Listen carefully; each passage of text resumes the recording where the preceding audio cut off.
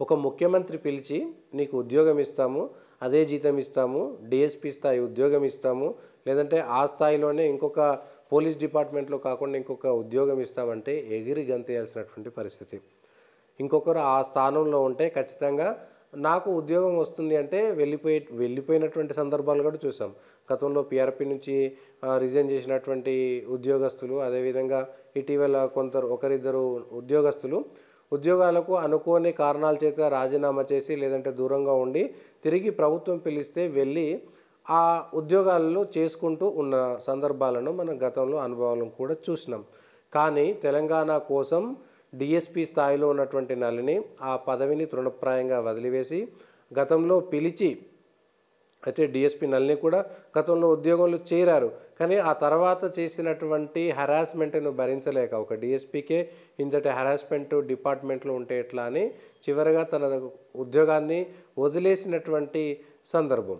ఆ తర్వాత గత పుష్కర కాలంగా ఎక్కడున్నారు అనేటువంటి అంశం కూడా తెలియకుండా తన జీవనాన్ని సాగిస్తున్నటువంటి నేపథ్యంలో కొత్త సర్కారు డీఎస్పీ నళినికి ఉద్యోగం ఇస్తామంటూ పిలిచారు. అయితే ఆవిడ చాలా సున్నితంగా నాకు ఉద్యోగం వద్దు, ఉద్యోగంలో నేను ఎదుర్కొన్నటువంటి ఇబ్బందులు ఇవి, అప్పుడున్నటువంటి అధికారులు చేసినటువంటి హెరాస్మెంట్ ఇది, ఒక మహిళ డీఎస్పీ స్థాయిలో పోలీస్ డిపార్ట్మెంట్లో ఉన్నటువంటి ఒక మహిళకే ఇంతటి వేధింపులు ఉంటే ఇక మిగిలినటువంటి వాళ్ళ పరిస్థితి ఏంటి? ఇగో నేను పడ్డ బాధలు ఇవేని ఒక 10-12 పేజీల నివేదికను సీక్రెట్‌గా ముఖ్యమంత్రికి అందించి ఆ వ్యవస్థలో ఉన్నటువంటి లోపాలను సరిదిద్ది ప్రక్షాళన చేయాలన్నటువంటి సూచనలు ఇస్తూ నేనిప్పుడు పూర్తిగా ధర్మ మార్గంలో ఉన్నా, ధర్మ ప్రచారానికైకి వెళ్తున్నా, వేద ప్రచారం చేస్తున్నాను.